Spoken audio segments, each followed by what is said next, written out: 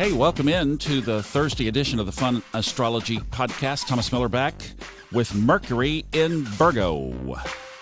Talking faster already this morning early. Yeah, so a couple of big things happening today and tomorrow. Today, Mercury has just slipped its way back home to one of its two ruling signs, Virgo. And I was having some fun with this on Tuesday, where Mercury rules both Gemini and Virgo. And Gemini, it's kind of funny because those are only separated by Cancer and Leo. So that puts Mercury at a square if it's in one of its other signs with the other sign. Does that make sense? So if Mercury is in Gemini in the earlier summer, if a planet is in Virgo, Mercury's in square with it, even though Mercury rules Virgo. Because a square is 90 degrees in astrology, right? So if you're separated by 30, 60, 90 degrees, you've got a square. Well, we don't have anything in Gemini right now, so we're going to focus the whole world on Mercury in Virgo. So let's just paint a picture of a couple of things of what this looks like. First of all, Mercury is the closest planet to the sun, so it is the fastest moving on the chart, next to the moon, of course, but it will only stay in a sign. Now, because it goes retrograde, it can change, but the fastest could be like 15 days, and then with retrograde, it could take 60 days to clear a sign.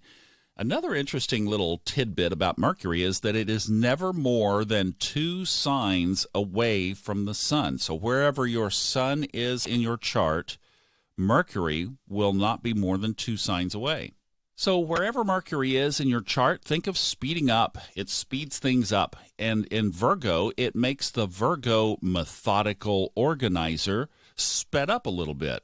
Now, generally, it's attributed that Mercury will, it has a bigger effect on Gemini as far as that.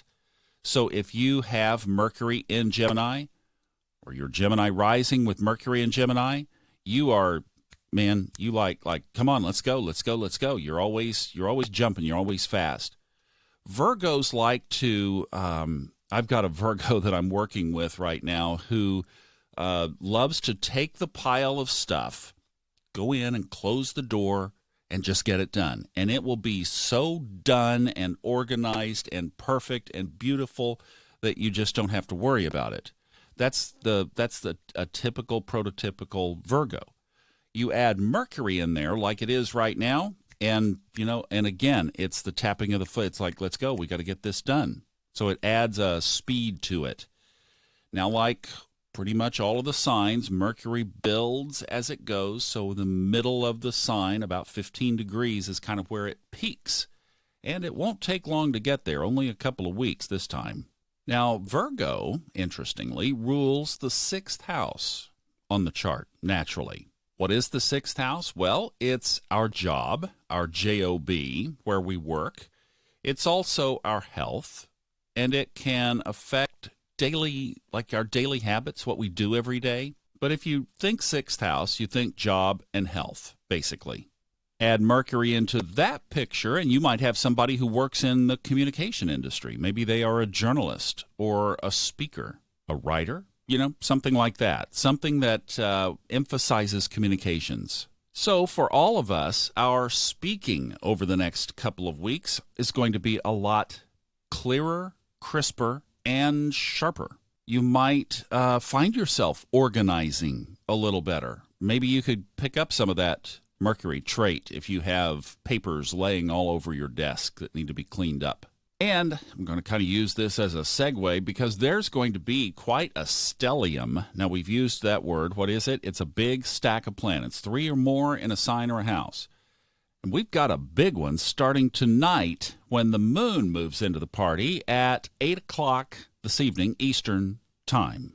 So at that point, you'll have the moon at 0 degrees, Mercury 1 degree, the sun at 6 degrees, Mars at 7 degrees, and Venus at 10 degrees, all in Virgo, just stacked in there. And not only stacked in there, but stacked in the first 10 degrees. That's just quite a punch of Virgo energy there that we're going to have today and tomorrow. Tonight it will be there, and then you'll feel it tomorrow for sure.